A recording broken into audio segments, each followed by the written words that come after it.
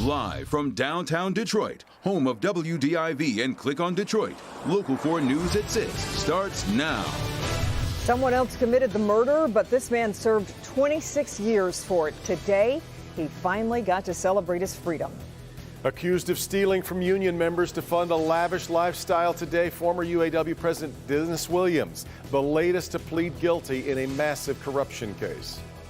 And a local dad arrested and charged with armed robbery says not only did he not commit the crime, he's accusing police of setting him up.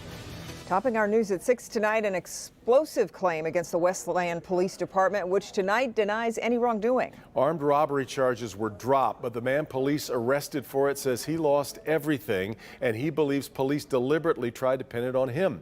Defender Sean Lay takes us through what both sides say happened. Sean. Even though the charges in this case have been dropped, this continues to line up to be a real battle. On one side, Westland police indicating to the defenders tonight that they did everything right.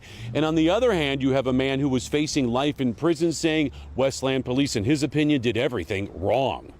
And they were going to take my life from me.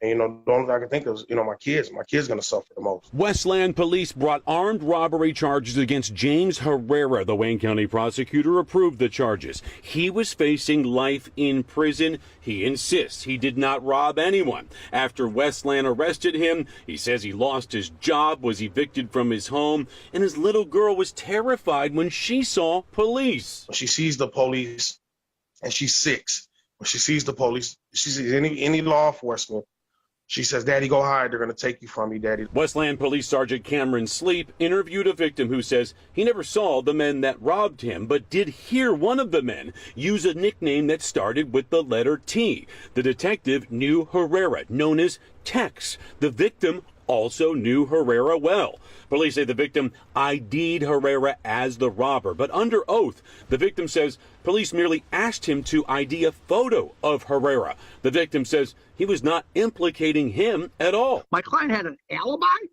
My client had passed a polygraph, and he had the victim say it wasn't him. How much more do you need? This case made it all the way to circuit court, where the victim again said Herrera was not the robber. And Judge Hathaway said, "It's not here, fellas. This is some bogus stuff. I'm dismissing it." When I heard he's not going to let it go further, I jumped. I jumped for joy. Also tonight, Westland police telling the defenders that the charges were dropped because the money stolen was returned to the victim and he no longer wanted to pursue the charges. Herrera here, along with his lawyer Greg Roll, strongly disputing that. So look for much more to come on this case. Sean Lay, Local 4 Defenders. Westland police have put out a statement detailing their version of events in this case, and it will be available for you to read under the story on the homepage of clickondetroit.com. All right, for a while today, it seemed like the weather couldn't make up its mind, but we've had some rain to roll through here. Yep, keeping Storm Tracker 4 and Ben pretty busy, Ben. Yeah, occasionally we get this way in the fall where those temperatures drop really sharply above. Even though we're still seeing those 50s and 60s at the surface, it was enough to fuel thunderstorms, not only giving us some lightning, but some small hail, especially off to our north and west. One line of showers has exited the east side. We're watching another that's still hanging out north of I-69, moving off to the east at about 30 miles an hour. And then we've got more showers just starting to move into the western portion of our west zone. So if you're there in Livingston and Washtenaw County between 96 and 94, you're going to be seeing those showers if you're not already within the next 10 to 15 minutes. Temperatures will continue to drop, but very slowly. A lot of clouds around tonight, and those scattered showers should come to an end by about 8, 9 o'clock for most of us. And I think everybody will be dry past 10 o'clock tonight. But there is more rain on the way as we get into tomorrow, and especially as we get towards the end of the weekend. You can get a sneak peek of that in the Local Forecasters app. It's got your 10-day forecast, including the frosty start to the weekend. And we'll look at that in greater detail in just a few minutes, guys.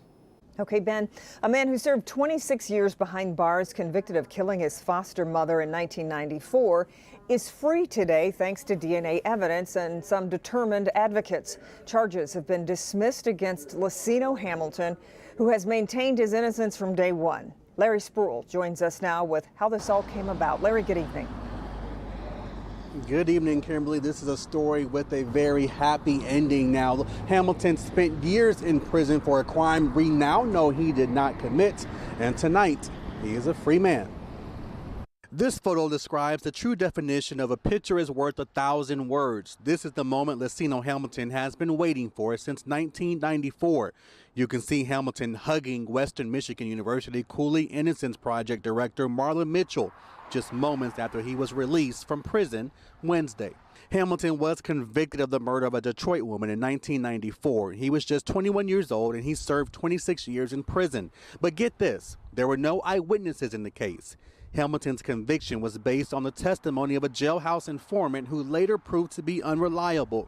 Years later, DNA testing was used to help free Hamilton. Wednesday, his conviction vacated and all charges dismissed. He is a free man. And Hamilton said in the virtual hearing earlier today that he is overwhelmed and relieved that he is out of prison. He tells me that he simply just wants to live his life as a productive citizen. We're live tonight. Larry Sproul, Local 4. Okay, Larry, thanks.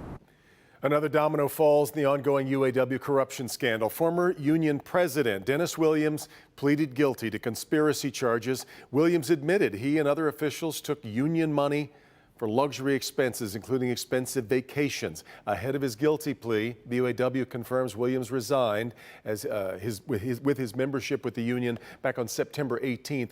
He is the 15th person charged in the UAW corruption investigation. If convicted, he faces up to 5 years in prison. In a Local 4 News update, a big break in the ongoing hate crime investigation in Warren.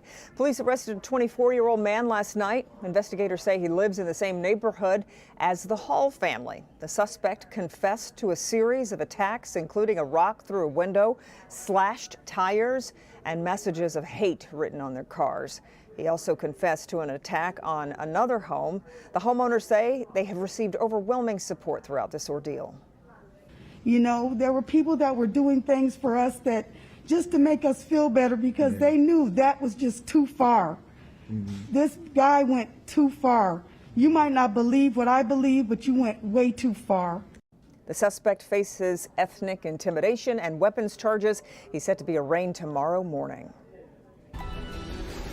Well, out of the many controversial moments in last night's presidential debate, the one that's gotten the most attention today had to do with race relations. President Trump was asked by the moderator, Chris Wallace, if he was willing to take a stand against racist groups, including white supremacists. Here was the president's unedited response.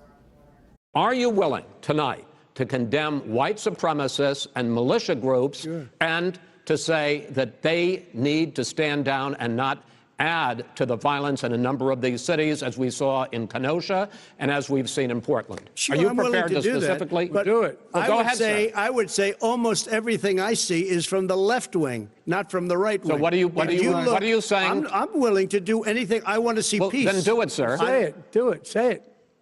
Do you want to call him? What do you want to call them? Give me a name. Give me a white name. Supremacists and who would right you like me to condemn? White supremacists and right Proud Boys. Stand back and stand by. But I'll tell you what.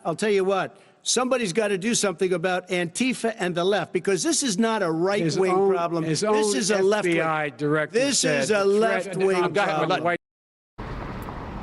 The stand back and stand by comment and refusal to condemn white supremacists immediately sparked a lot of concern. Local 4's Rod Maloney with what the president said about it this afternoon and how local leaders in the black community are reacting. Rod. Right. When these kinds of issues come up here in the city of Detroit, many of the African-American leaders are concerned about it, and certainly they're no fan of the president. And we talked to the NAACP president, Dr. Reverend Wendell Anthony, and he had this to say about what he thought about what the president did last night. He said, step back and stand by. Stand by to do what? Stand by to get your stuff together in case I need you to get busy. And so he sent a clear signal out to the white supremacists that he's with them, that I got your back. Also outraged by last night's debate and what he viewed as a sidestepping of the white supremacist questions, Reverend Horace Sheffield agreed with the Reverend Anthony. President Trump knows he has a narrow sliver of the American public, and he couldn't cut that up any further. He'd lose even more of the support that he has. So he plays to the worst emotions in the American public. But this afternoon, the president in the Rose Garden directly addressed the Proud Boys issue. I don't know who the Proud Boys are. I mean, you'll have to give me a definition because I really don't know who they are. I can only say they have to stand down, let law enforcement do their work. Yet the media gathered around the president said that they wanted to take it farther from the Proud Boys, looking for a direct denunciation of white supremacy. I've always denounced any form of any of that you have to denounce. But I also, Joe Biden has to say something about Antifa. It's not a philosophy. These are people that hit people over the head with baseball bats. Now, the Reverend Wendell Anthony was deeply concerned about the Proud Boys fundraising off of what the president said last night. He was deeply concerned about that. I also was able to get a hold of Reverend Sheffield after the president's remarks. I asked him if it changed his opinion on anything. He said absolutely not. Reporting live downtown, Rod Maloney, Local 4. Okay, Rod, thanks. Let's check today's coronavirus numbers, and they are moving in the wrong direction, frankly. The state reports 1,054 new cases of COVID-19 over the past 24 hours. That is up more than 150 from yesterday's numbers, and 11 more Michiganders have died from the virus over the past day. The restrictions put in place to prevent COVID spread are now leading to layoffs and furloughs involving Comerica Park and Little Caesars Arena and the Fox Theater. Ilitch Holdings made that announcement in a letter to employees today. It impacts mostly part-time employees on the business side. The company says it's lost 200 event dates because of the pandemic. Company set aside money to pay part-time help, but says it's the end of the line for that money. The entertainment group president says the industry was the first to shut down and will likely be the last to return. Well, still ahead, trouble behind bars for the man accused of breaking into Eminem's home and threatening to kill him. Is the ventilation system in your office or school raising the risk of COVID-19? I'm Dr. Frank McGeorge. Coming up, what a new study reveals about the impact of ventilation, especially as we head into colder weather.